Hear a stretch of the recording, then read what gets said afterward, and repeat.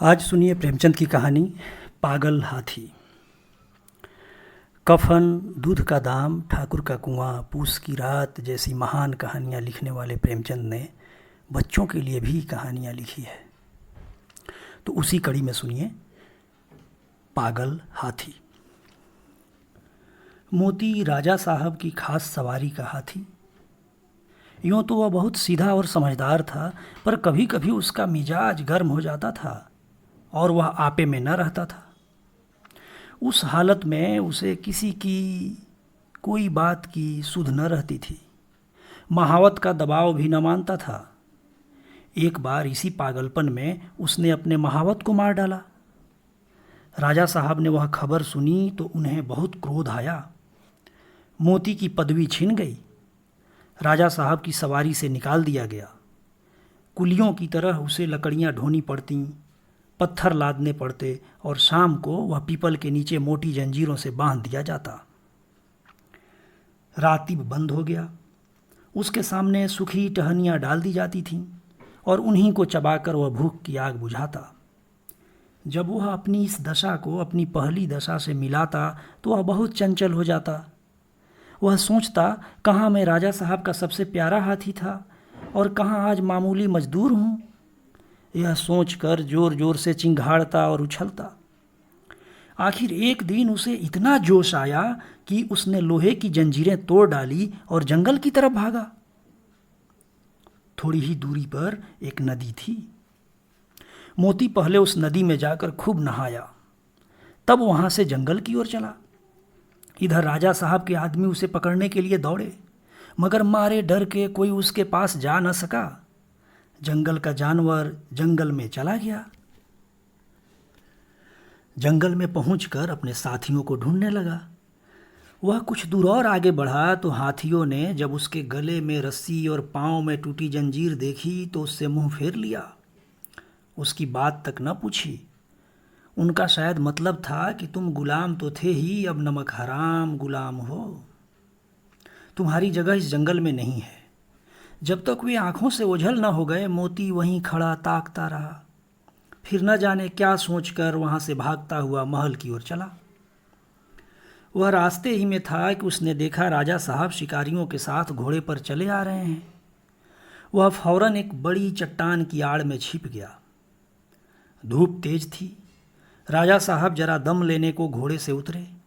अचानक मोती आड़ से निकल पड़ा और गरजता हुआ राजा साहब की ओर दौड़ा। राजा साहब घबराकर भागे और एक छोटी झोंपड़ी में घुस गए। जरा देर बाद मोती भी पहुंचा। उसने राजा साहब को अंदर घुसते देख लिया था। पहले तो उसने अपनी सूंड से ऊपर का छप्पर गिरा दिया, फिर उसे पैरों से रौंद कर चूर चूर कर डाला। भीतर राजा साहब का मारे डर के बुरा हाल था। जान बचने की कोई आशा न थी। आखिर कुछ न सूझी तो वह जान पर खेलकर पीछे दीवार पर चढ़ गए और दूसरी तरफ कूदकर भाग निकले। मोती द्वार पर खड़ा छप्पर रौंद रहा था और सोच रहा था कि दीवार कैसे गिराऊं। आखिर उसने धक्का देकर दीवार गिरा दी। मिट्टी की दीवार पागल हाथी का धक्का क्या सहती। मगर जब राजा साहब भीतर न मिले तो उसने बाकी दीवारें भी गिरा दी और जंगल की तरफ चला गया। घर लौटकर राजा साहब ने ढिंढोरा पिटवा दिया कि जो आदमी मोती को जीता पकड़ कर लाएगा उसे 1000 रुपया इनाम दिया जाएगा। कई आदमी इनाम के लालच में उसे पकड़ने के लिए जंगल गए, मगर उनमें से एक भी न लौटा। मोती के महावत का एक लड़का था। उसका नाम था मुरली।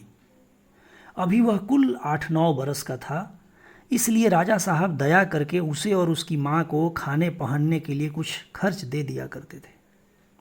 मुरली था तो बालक, पर हिम्मत का धनी था। कमर बांधकर मोती को पकड़ लाने के लिए तैयार हो गया। मगर माँ ने बहुतेरा समझाया और लोगों ने भी मना किया। उसने किसी की एक न सुनी और जंगल की ओर चला गया। जंगल में गौर से इधर उधर देखने लगा। आखिर उसने देखा कि मोती सिर झुकाए उसी पेड़ की ओर चला आ रहा है। उसकी चाल से ऐसा मालूम होता था कि उसका मिजाज ठंडा हो गया है।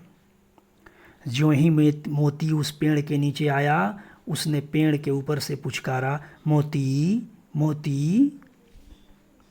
मोती इस आवाज़ को पहचानता था, वहीं रुक गया और सिर उठाकर ऊपर की ओर देखने लगा। मुरली को देखकर पहचान गया। यह वही मुरली था जिसे वह अपनी सूंड से उठाकर अपने मस्तक पर बिठा लेता था। मैंने ही इसके बाप को मार डाला है, यह सोचकर उसे बालक पर दया आई। खुश होकर सूंड हिलाने लगा। मुरली उसके मन के भाव को पहचान गया। वह पेड़ से नीचे उतरा और उसकी सूंड को थपकियां देने लगा। फिर उसे बैठने का इशारा किया। मोती बैठा नहीं, मुरली को अपनी सूंड से उठाकर पहले की ही तरह अपने मस्तक पर बिठा लिया और राजमहल की ओर चला। मुरली जब मोती को लिए हुए राजमहल के द्वार पर पहुंचा तो सबने दांतों उंगली दबाई। फिर भी किसी की हिम्मत न होती थी कि मोती के पास जाए। मुरली ने चिल्लाकर कहा, डरो मत, मोती बिल्कुल सीधा हो गया है, अब वह किसी से न बोलेगा। राजा साहब भी डरते डरते मोती के सामने आए। उन्हें इतना अचंभा हुआ कि वही पागल मोती अब गाय की तरह सीधा हो गया है। उन्होंने मुरली को 1000 रुपया इनाम तो दिया ही, उसे अपना खास महावत बना लिया और मोती फिर राजा साहब का सबसे प्यारा हाथी बन गया। कहानी पाठ राजीव रंजन गिरी।